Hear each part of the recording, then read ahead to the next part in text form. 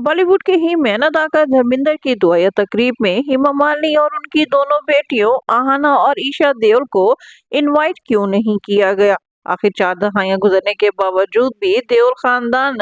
हेमा मालिनी और उनकी बेटियों के हवाले से अपने दिल में जो नफरत और जो दूरियां रखे बैठा है वो दूर क्यों नहीं कर सका। और 4 दहाइयां गुजरने के बावजूद भी दोनों खानदानों के दरमियान जो खलीज है वो कम क्यों नहीं हो सकी। लेजेंड अदाकार धर्मेंद्र की आखिरी रसूमात आनन फानन खुफिया तरीके से क्यों अदा की गई और क्यों लेजेंड अदाकार धर्मेंद्र की मौत की खबर को मीडिया से छुपाया गया और शमशान घाट में ईशा देव को रोते हुए हंगामी बुनियादों पर भागते क्यों देखा गया। ईशा देवल और हेमा मालिनी को धर्मेंद्र की मौत की खबर से कैसे आगाह किया गया, क्यों वो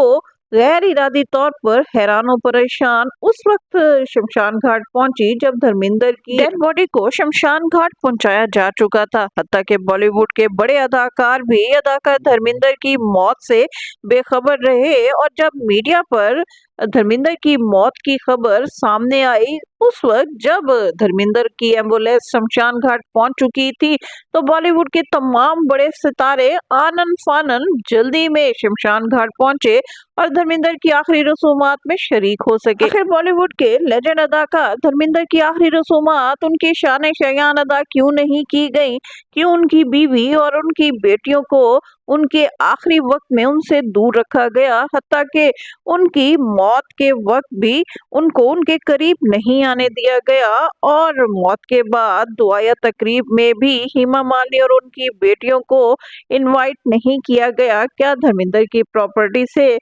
हेमा मालिनी और उनकी बेटियों को कुछ मिलेगा या ये सब भी देओल खानदान खुद अकेले ले जाएगा। आज की वीडियो में इन तमाम मालूमात से आपको आगाह किया जाएगा, लेकिन वीडियो मुकम्मल देखने से कबल मेरा चैनल सब्सक्राइब कीजिए। मैं हूं शगुफ्ता बलोच और आप देख रहे हैं मेरा यूट्यूब चैनल मेरा जहां। 24 नवंबर 2025 को बॉलीवुड के ही मैन लेजेंड अदाकार धर्मेंद्र ने अपनी आखिरी सांस ली और इस दुनिया को हमेशा के लिए अलविदा कह गए। अदाकार धर्मेंद्र को 13 नवंबर 2025 की सुबह सांस लेने में दुश्वारी के बायस ब्रिज कैंडी अस्पताल मुंतकिल किया गया था, जहां उनकी हालत में बेहतरी न आने के बायस उन्हें वेंटिलेटर पर मुंतकिल कर दिया गया। लेकिन सनी देओल और उनके पूरे खानदान ने मीडिया से ये खबर छुपा कर रखी और लोगों से सिर्फ यही कहा कि धर्मेंद्र बिल्कुल सेहतयाब हैं। लेकिन उनके करीबी हल्के अब ये बात सामने ला रहे हैं कि जब धर्मेंद्र को ब्रिज कैंडी अस्पताल में वेंटिलेटर पर मुंतकिल किया गया था तो शायद उसी लम्हे उनकी क्लिनिकली डेथ हो चुकी थी। इसी वजह से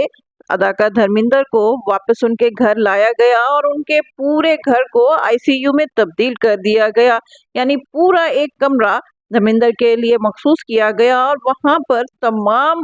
वेंटिलेटर समेत वो सहूलियात उन्हें मुहैया की गई जो कि उनको अस्पताल में मुयस्सर थी। लेकिन कितने दुख की बात है कि इतने बड़े अदाकार के आखिरी लम्हात के दौरान जब उनकी पहली बीवी से उनका पूरा खानदान उनके करीब था, उनकी अहलिया प्रकाश कौर, दोनों बेटे सनी बॉबी और बेटियां अजीता वजीता के साथ साथ उनके भांजे भी वहां पर मौजूद थे, तो ऐसे लम्हे में धर्मेंद्र की दूसरी अहलिया हेमा मालिनी और उनकी बेटियों को धर्मेंद्र के करीब न आने दिया गया। हेमा मालिनी और उनकी दोनों बेटियां ईशा और आहना को अस्पताल में चंद लम्हों के लिए ही धर्मेंद्र को देखने दिया गया और उसके बाद वो वहां से चल दिए। जिस तरह धर्मेंद्र के आखिरी वक्त में हेमा मालिनी और उनकी बेटियों को उनसे दूर रखा गया, बिल्कुल इसी तरह जब धर्मेंद्र की मौत वाकया हुई तो उनकी मौत की खबर को भी शायद हेमा मालिनी और उनकी बेटियों से छुपाया गया। यही वजह है कि जब 1:10 पर एक एम्बुलेंस सनी देओल के घर से शमशान घाट की जानिब रवाना हुई और 1:30 पर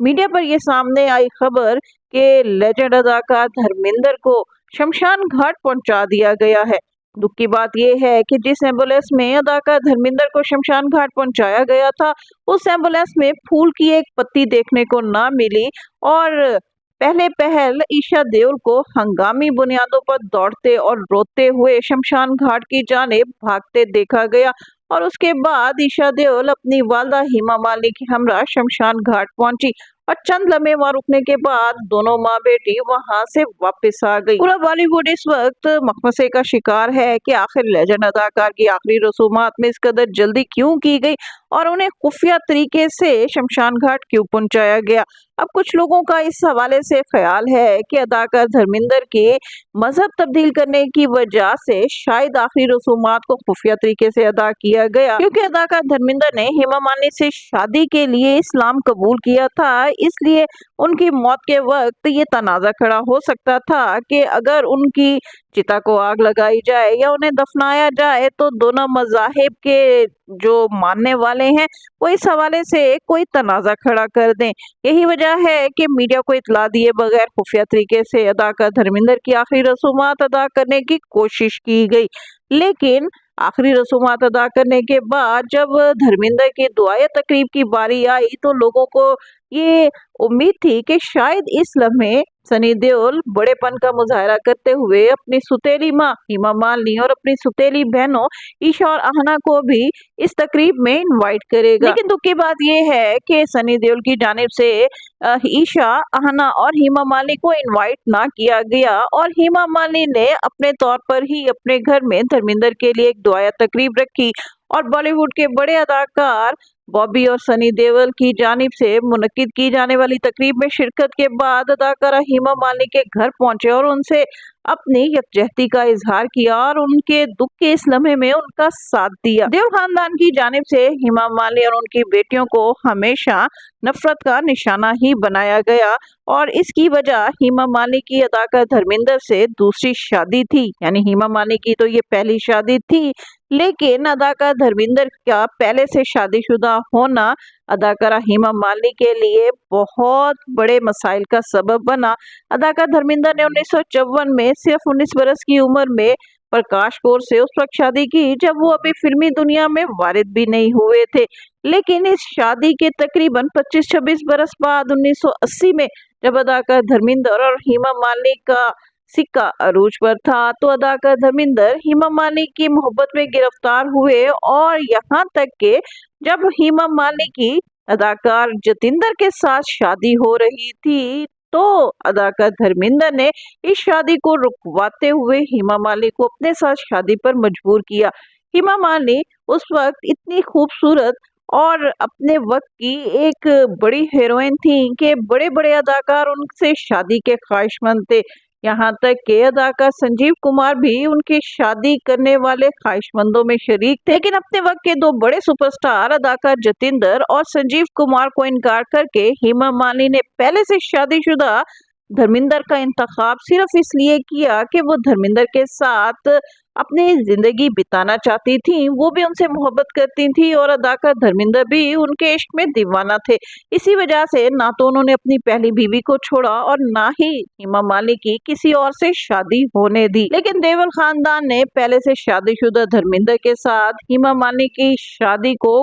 कभी भी दिल से कबूल ना किया। यहाँ तक कि प्रकाश कौर ने अपने खामन का दिफा करते हुए एक बार कहा था कि हेमा मालिनी है ही इतनी खूबसूरत कि अगर धर्मेंद्र की जगह कोई भी अदाकार होता तो वो हेमा मालिनी से ही शादी को तरजीह देता। लेकिन इसके साथ ही उन्होंने हेमा मालिनी को ये कहकर अपने आने वाली जिंदगी में उनकी अहमियत का अंदाजा लगवा दिया कि अगर वो हेमा मालिनी की जगह होती तो वो कभी भी पहले से शादीशुदा शख्स के साथ शादी ना करती। और फिर वक्त ने देखा कि प्रकाश कौर ने अपने दिल में हेमा मालिनी के लिए जो नफरत और दूरी रखी उसे कभी भी खत्म ना किया और 40 बरस के दौरान बहुत से मौके आए जब सनी देओल और बॉबी देओल की शादियां हुई। यहाँ तक के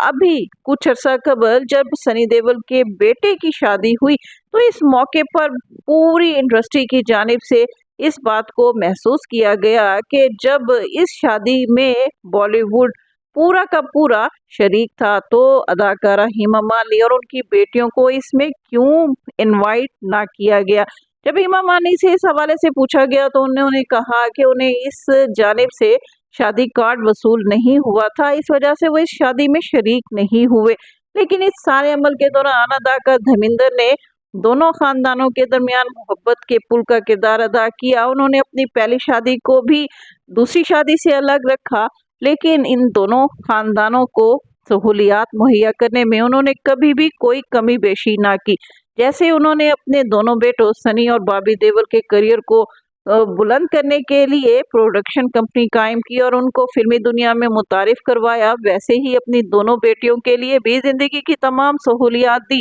अगरचे ईशा देओल ने जब फिल्म इंडस्ट्री में कदम रखा तो अदाकार धर्मेंद्र को बेटी का इंडस्ट्री में आना पसंद नहीं था। यही वजह है कि चंद फिल्में करने के बाद ही अदाकार धर्मेंद्र ने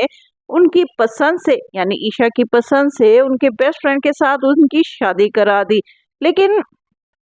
कुछ अर्सा कबल ही जब ईशा देओल की अपने शौहर भरत तख्तानी के साथ अलैदगी हुई तो अदाकार धर्मेंद्र इस अलैदगी को लेकर भी सख्त सदमे की कैफियत में थे और वो चाहते थे कि ईशा देओल किसी न किसी तरह अपनी शादी को निभाए। लेकिन जब ये शादी ना निभ सकी तो अपने आखिरी अयाम में अदाकार धर्मेंद्र इस दुख में बहुत ज्यादा मुब्तला दिखाई दिए। 89 बरस की उम्र में लेजेंड अदाकार धर्मेंद्र जब इस दुनिया से रुखसत हो चुके हैं तो उनके रुखसत के बाद भी देओल परिवार